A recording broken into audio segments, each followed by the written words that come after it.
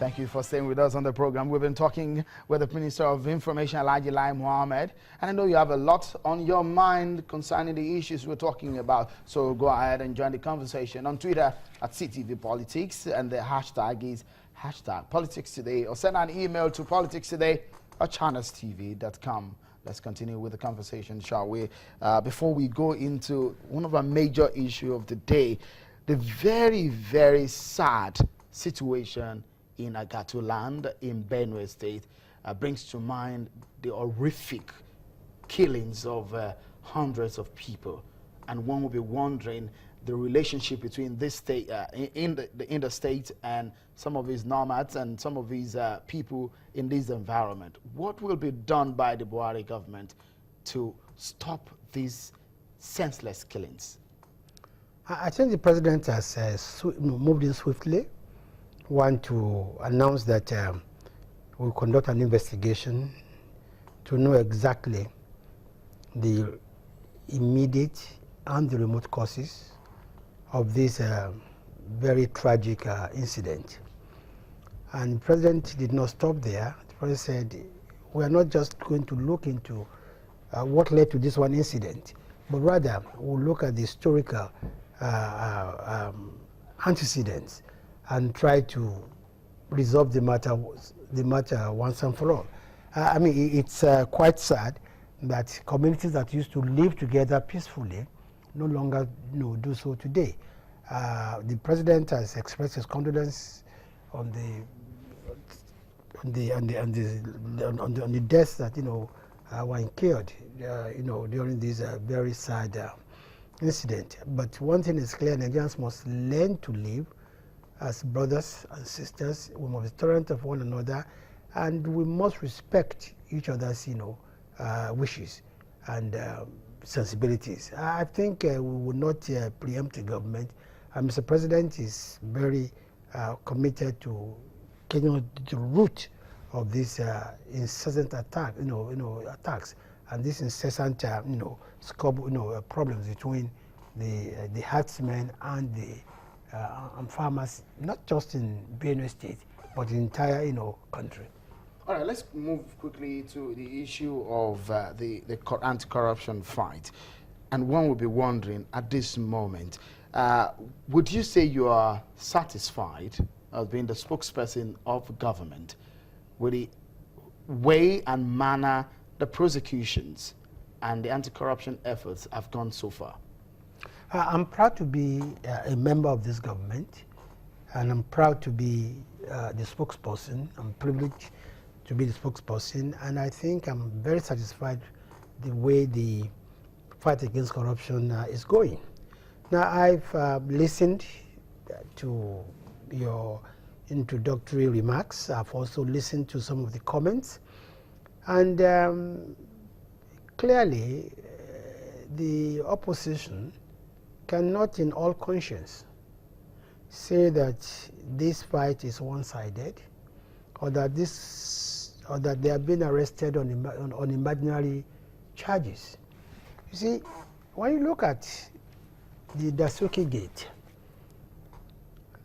which is about how money meant to fight the insurgents, has been shared by people, for other purposes.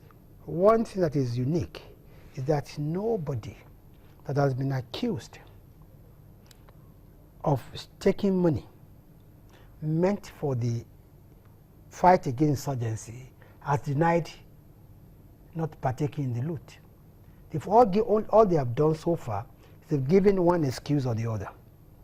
Somebody admitted, yes, he took 4.3 billion naira, but that he was given to go and for spiritual help for the country. Another said, yes, he took 2.1 billion naira, but it was supposed to be for publicity for the party.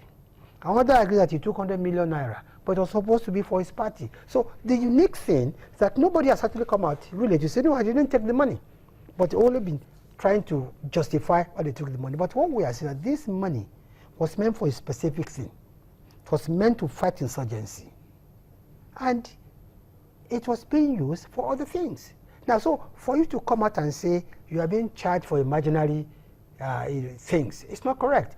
A top officer of the PDP was recently arrested for benefiting, from largesse of 23 cars, and he has agreed that he's going to return those cars. So you can't come here and say that you are being arraigned on imaginary charges. No.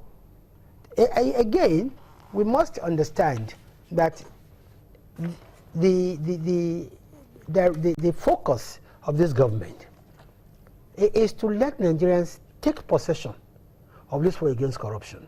You see, it's not a Buhari's war. It's not an APC's war. It's a war for all Nigerians, and that is why we always try to treat this corruption issue not just in abstract, but in the context of what is costing Nigeria today. When on January 25th, at the press conference, I disclosed that just 55 Nigerians, within a period of 7 years, allegedly stole 1.34 trillion naira. You said including governors?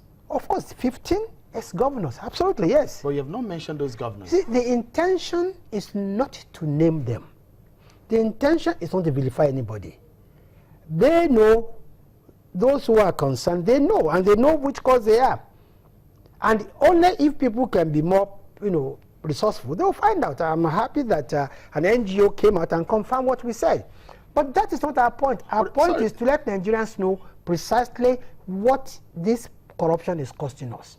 And we made a point there that if only 1/3 of this looted money is returned to Nigeria today, it will build 635 kilometers of dual carriageway. That is 5 Lagos-Ibadan expressways.